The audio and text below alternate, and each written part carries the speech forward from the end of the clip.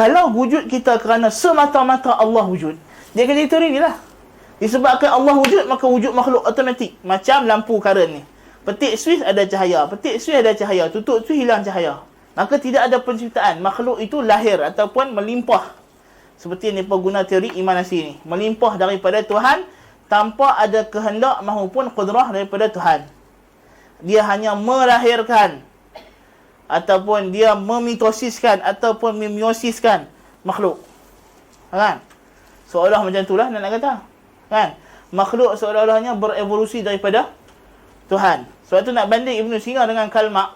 Berakal lagi Karl Marx. Tahu sebab apa? Berakal lagi Darwin.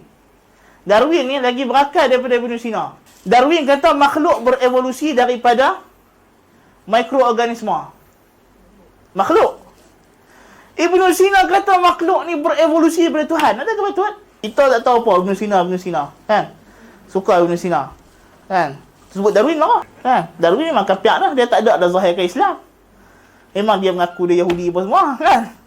Yang Ibn Sina ni mengaku Islam. Kan?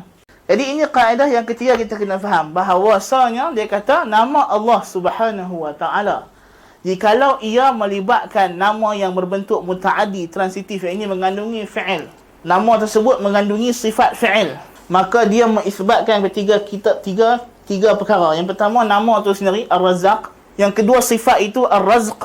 Ar-Razq ini adalah sifat fi'il. Dan juga objek, iaitu Al-Marzuq. Al-Marzuq itu kita.